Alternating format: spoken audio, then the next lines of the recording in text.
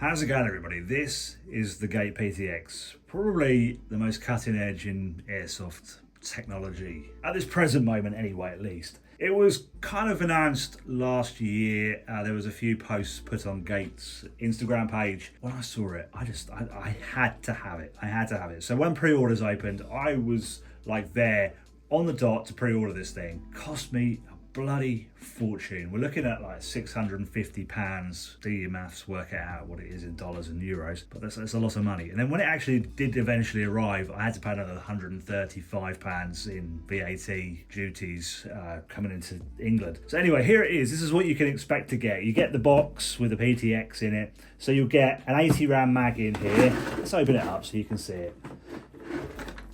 You get a booklet, you get your invoice, a booklet with some spare O-rings just there, a patch, I think that's a Gate patch in there, manual, certificate of quality, and here is our pistol. So we've got an 80 round mag that came with it, and so far so good. This has behaved itself.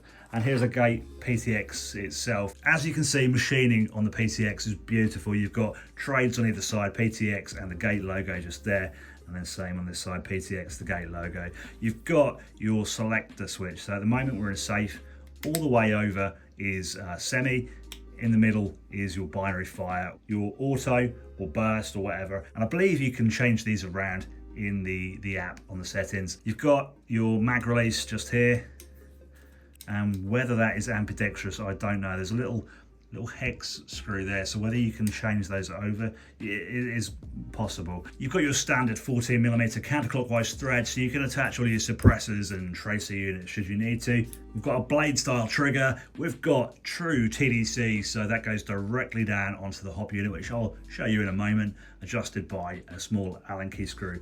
The iron sights, so the iron sights have holes ready to put in your fiber optic rods in there on the front and the back. That's going to be something that I do. You've got an area to place your plate on there. I didn't order one. I prefer running pistols with iron sights, but a lot of people want to run red dots on these, so that option is actually there for you as well. When I pre-ordered this, I ordered the OD green version, and when it came on, a little bit disappointed, to be honest with you, because it's not really OD green, I would call it anyway. It's more like a bottle green, I think. Really, it's a bit of an off green. Kind of made me wish that I'd have bought the tan version, but anyway, that's just given me more incentive to paint this thing up and camouflage it a bit better. We've got an ample sized piece of hose there with a decent connector on there. Now I've seen a couple of people who had different connectors, which is very odd indeed, but this one nice and small, and yeah, it's a US fitting on that one. We also have a small section of Picatinny under there, so you can attach your cameras or your flashlights if you need to. The mag that comes with it is an 80 round mag. Those are beautifully made, and they do fit in absolutely lovely with a nice little click, and there's no play left and right or backwards and forwards. There is a little bit of play if you pull it downwards though, just a little bit. The 80 rounders are the smallest ones they do, and as you can see, they do stick out the bottom. I have ordered two more 120 rounders, which I kind of regret now. I wish I'd have gone for some more 80 rounders, because 80 rounds is enough in a pistol. With the 120s, I'm sure they're going to stick out a lot more though. Let's show you under the hood then. So to remove the top slide, you just need to push the front pin out here, and you do need to make sure that your TDC is turned off, which is a bit of a downside to it really, because if you've got to adjust your TDC, adjust your hop up every time you want to remove the slide, that can be a bit of a pain in the backside. So the pin is out the front now, so we can now just slide the top slide forward. So you can see why you need to turn the TDC off, because if you don't, just there in amongst that beauty is you can see there's a couple of little scratches where I've forgotten already and have scratched the top of the paintwork. So that can happen if you keep forgetting or don't turn off the TDC. There is our engine. It's the Pulsar S2, and it is a one-piece hop unit as well. So the engine and hop unit is all one piece. So that is going to really aid in alignment. The battery is situated just at the front here, and it's a 7.4 volt, 410 milliampere hours. It has a 15C discharge, JST connectors, but something a little bit different is the Gens Ace style balance lead. So just here, it plugs into a normal lithium polymer charger, so don't worry about that. It's just got that additional little socket thing just there to, if you do have like a Gen Z style charger, which is quite popular, I believe, in the radio control community. In these earlier PTXs, Gate installed the Sniper Mechanic 60-degree Flamingo Noir bucket in there, and also a Lambda barrel, but that is set to change in the future. Let's talk about replacing the slide. Sometimes it's easy, sometimes it's an absolute bitch, but you do have to be really careful that you don't go nipping wires. You should probably check out the Gate Discord page to learn more about the Gate PTX. The CEO posts on there quite frequently and has informed us of a few bits of interesting information coming up for the PTX. One of them being that these rear sights are going to be drilled deeper. Also, there's an upcoming firmware update.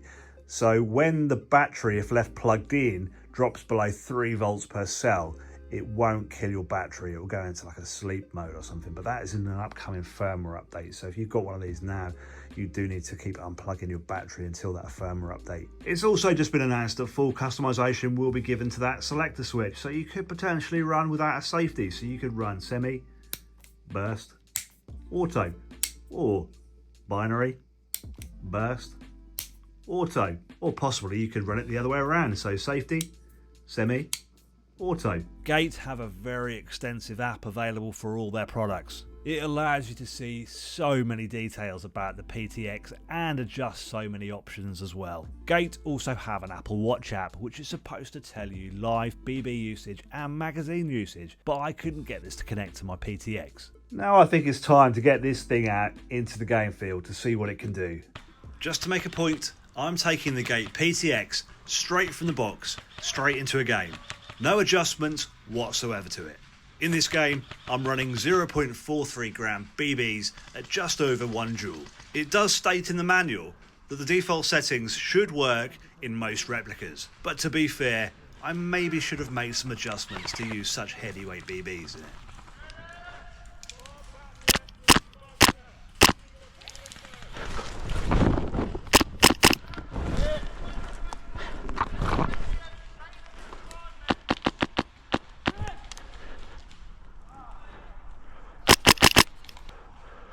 Awesome Camman, mate.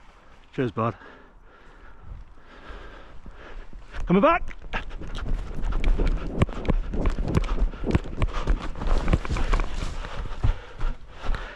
Damn.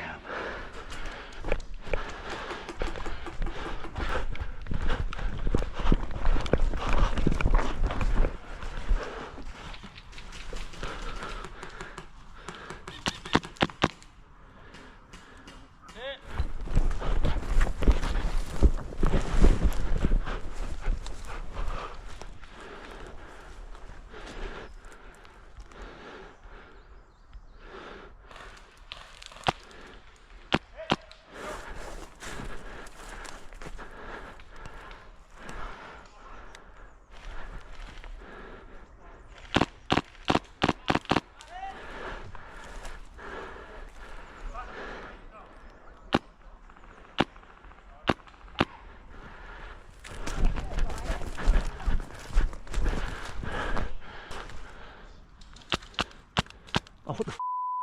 No.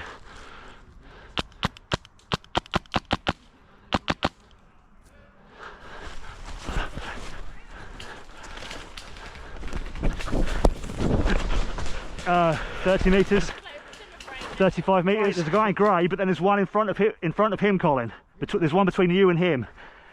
Probably 10 metres this way from him.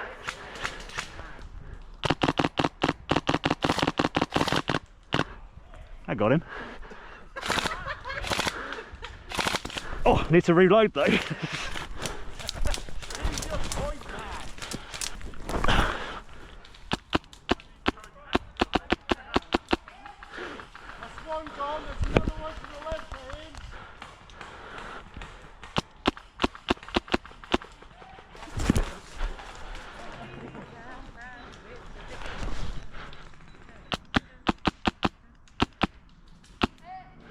During the game, I ran into a few issues when inserting a new magazine into the PTX. The first few BBs would struggle.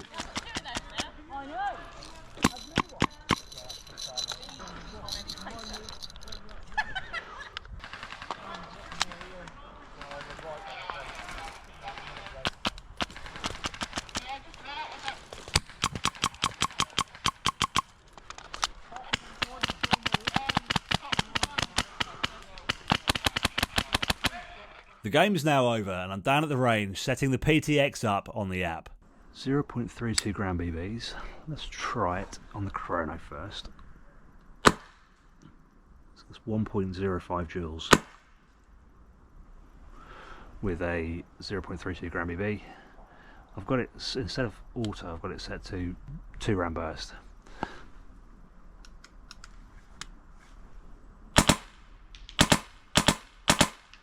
Let's see what the range we could do. We've got 50 metres just there.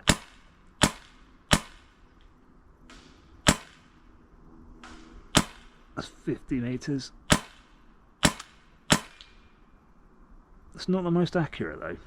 It's not as accurate as I was hoping for. The dwell is set, the pressure is up. The pressure I'm running is about 115 psi. It does lift 0.45 gram BB. No problem at all. The range is very good, but it is. There we go, that just hit the 70 metres. And like I say, it's 1.09 joules. There's a little bit of fluctuation in the power, so let's fire a couple. We've got 1.09, 1.06, 1.06, 1.0, this has proved me a lie now, 1.06, 1.0, what the hell, 1.05, maybe there's not, so 50 metres, no problem.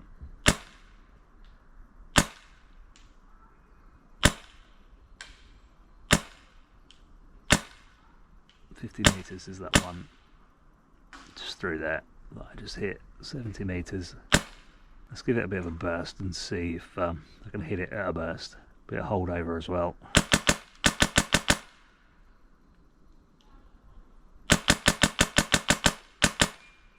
Yeah, just hit the 70 there, you might have heard it, with a bit of holdover, just a little bit over. So 70 metres for a 1 joule pistol is not bad going, is it? But the accuracy at the moment,